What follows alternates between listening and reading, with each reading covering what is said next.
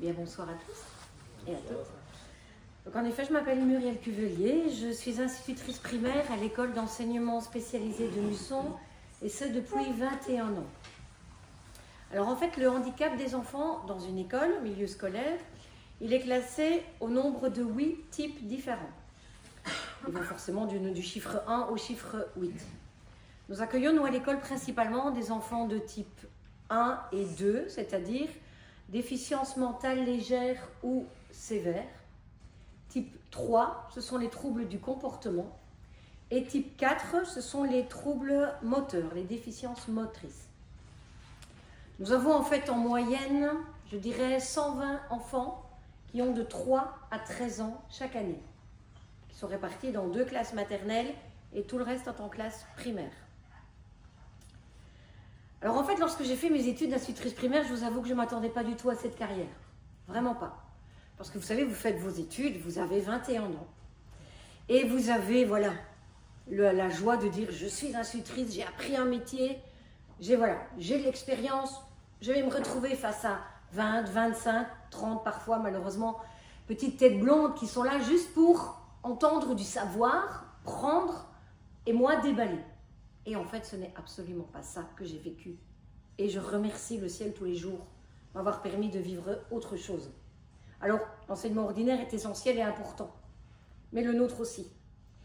Et vous savez, on fait aussi des apprentissages. Souvent, on a malheureusement la réputation d'être, excusez-moi du terme, mais on l'entend tellement que je peux me permettre de le citer, on a la réputation d'être une garderie pour enfants ou enfants avec des déficiences. En fait, absolument pas.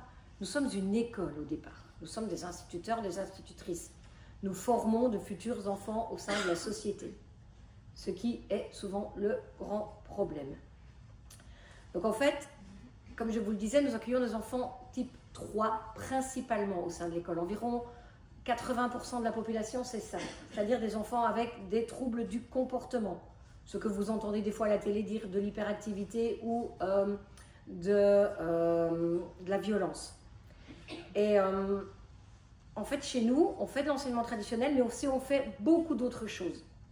Comme je le dis souvent aux stagiaires lorsqu'ils viennent à l'école, on est instituteur 30% du temps. Le reste du temps, on est l'infirmière, l'éducatrice, la maman, la confidente. Je vous l'expliquerai aussi, le punching ball.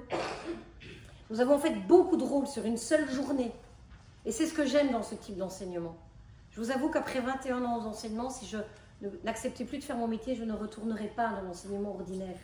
Parce qu'on n'a pas ça avec les enfants. Alors nous avons des groupes classes assez petits, entre 6 et 13 élèves, ça dépend. Mais ça nous permet en fait d'être proches et à l'écoute de chacun, de prendre du temps pour chacun. Notre apprentissage est dit différencié. C'est-à-dire qu'il tient compte de chaque enfant, il tient compte de ses faiblesses, mais aussi de ses capacités et de ses talents. Parce que je vous assure que chaque enfant a un talent, quel qu'il soit.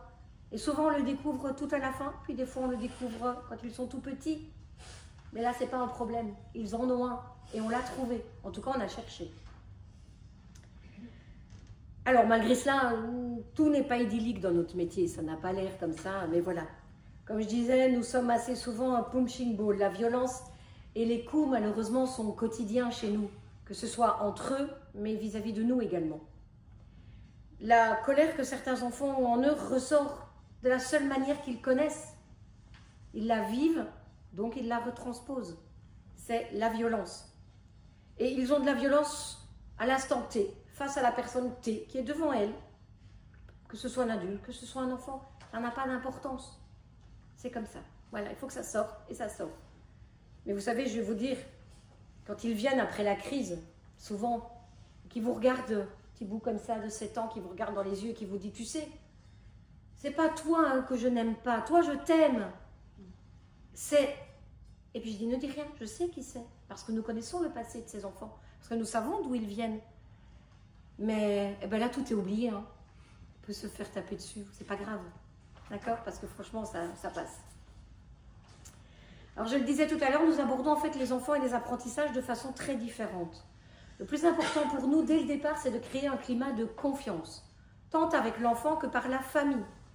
Bien sûr, quand la famille est présente. Parce que malheureusement, la plupart de nos élèves sont en internat la semaine, avec un retour le week-end. Mais certains aussi, il faut que vous le sachiez, vivent en institut médico-pédagogique. On appelle ça donc les IMP. Ils vivent là du 1er janvier au 31 décembre, sans contact avec qui que ce soit de la famille. Soit parce que celle-ci, malheureusement, a eu ses droits retirés, soit parce que la famille est elle-même déficiente quelque part. Donc, ça, c'est difficile pour eux. Donc, vous imaginez malgré tout la colère. Quand les autres enfants voient papa et maman le week-end, même un peu, mais que eux, non, jamais. Donc, nous, en fait, qu'est-ce que nous devenons à l'école? Ben, nous devenons le référent. Parce que dans leur milieu de vie, dans l'internat, et c'est la façon de travailler qui est comme ça, ce n'est la faute ni des éducateurs, ni la nôtre, ni celle du petit bout. C'est-à-dire que vous avez un éducateur qui le lève le matin, un éducateur qui le récupère après l'école et qui fait faire les devoirs, et un éducateur qui le met couché. Donc sur la fin de journée ou sur la matinée, il voit 3 personnes. La seule personne qui est vraiment référente durant la journée, c'est nous. Parce que nous, ils nous voient de 8h30 à 15h30. Et donc pour eux, on a une importance incroyable. D'accord? Alors en fait, au fil des années, je vous avoue que j'ai appris autant de choses que eux sur moi. J'ai appris à leur contact la patience. Et Dieu seul sait s'il y avait du travail chez moi. J'ai appris l'empathie. Et je vous expliquerai aussi que je n'ai pas appris la pitié. J'ai appris l'empathie. Ce n'est pas la même chose du tout. J'ai appris l'écoute. Parce que je suis quelqu'un de bavard. Je vous assure qu'il n'hésite pas à me dire « Bon, tais-toi un peu, maintenant c'est moi que t'écoutes. » Là, je m'arrête direct. J'ai appris la résilience. J'ai appris l'humour. J'en avais déjà beaucoup, mais il faut vraiment... je vous donne juste un petit exemple comme ça. Il n'y a pas très longtemps, un petit garçon, je discutais dans le bus avec une de mes collègues et c'est vrai qu'on s'amusait bien. Et il me regarde franco, à 7 ans, et il me dit « Mais madame, en fait, je me rends compte que tu as un rire complètement idiot, toi !» Et le pire, c'est qu'il a raison. Hein. Ceux qui me connaissent savent que j'ai un rire assez communicatif. Donc voilà, on apprend plein de choses à leur contact.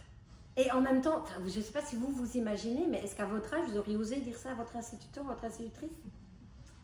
Et en fait, je me dis, mais quand il arrive à me dire ça, je me dis, bah, j'ai gagné. Le climat de confiance, il est instauré. Et donc maintenant, on va réellement commencer le travail avec lui, dans tous les sens. Travail pédagogique, mais également le travail personnel et de sociabilisation.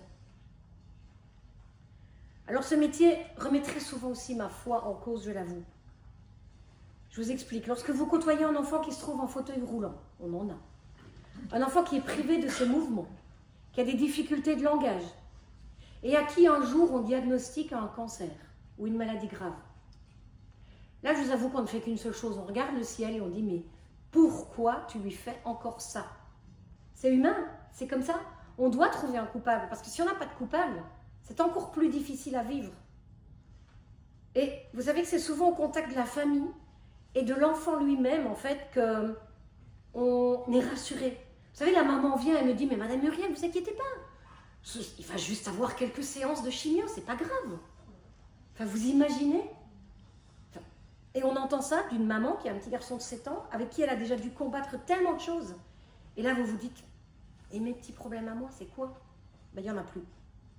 Ils font face à toutes les épreuves que la vie leur met sur le chemin. Et ça, d'année en année, et ils ont une telle force, je vous assure, c'est incroyable. Alors, lorsque j'ai commencé ma carrière, j'étais moi-même maman de 2 petits garçons. Ils avaient 3 et 5 ans. Je suis donc arrivée, comme je vous ai dit, avec toute l'assurance d'une jeune institutrice, et j'avais l'espoir de faire des miracles. J'allais enseigner plein de choses, j'allais répondre à toutes les interrogations. Les débuts n'ont pas été simples, je vous avoue.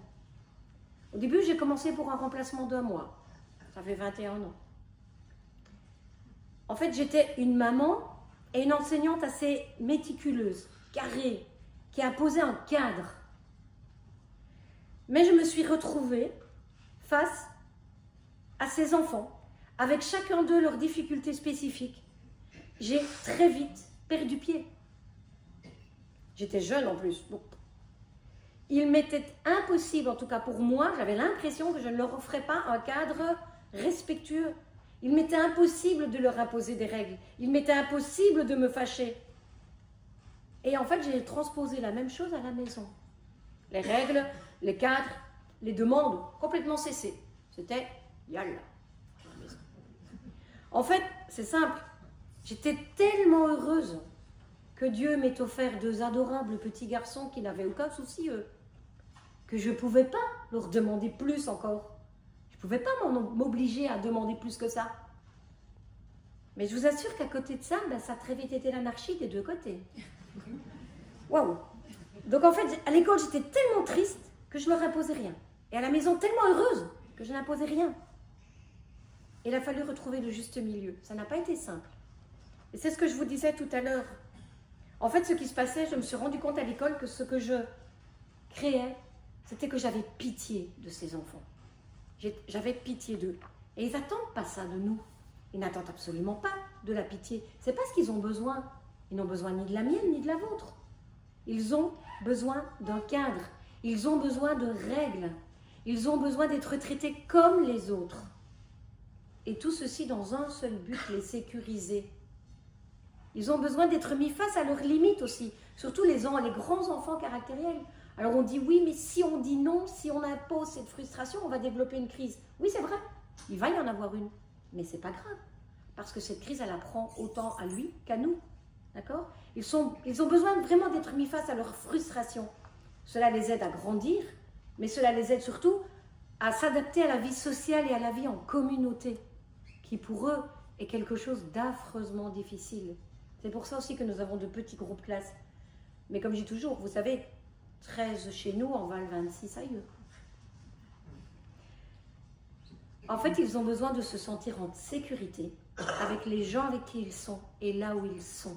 Ils ont besoin, lorsqu'ils arrivent au bus le matin, de se dire « Ah oui, madame est là, ok, ma journée commence déjà bien. » Et moi, quand j'arrive le matin et que j'ai passé une mauvaise nuit ou que je me suis disputée avec mon époux ou avec les enfants le matin, eh bien, vous arrivez, ils descendent du bus et ils font « Bonjour madame Muriel, ça va ?»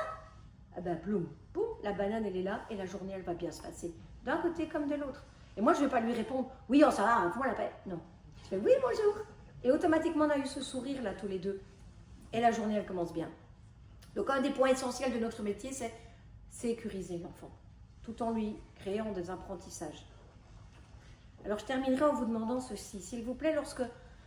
Et ça aussi, je sais que c'est humain et on l'a tous fait.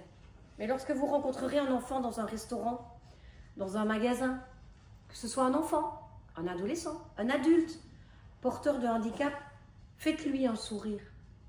Ne le dévisagez pas en pensant « Oh mon Dieu, il n'a pas besoin de ça ». Faites-lui un sourire et vous verrez que ce simple sourire va lui apporter une lumière au fond de lui. Vous le verrez dans ses yeux. Et si vous avez la chance qu'il vous rende ce sourire, eh bien vous-même, vous allez ressentir une telle chaleur humaine qui fera que vous aurez autant de bonheur que lui. Croyez-moi.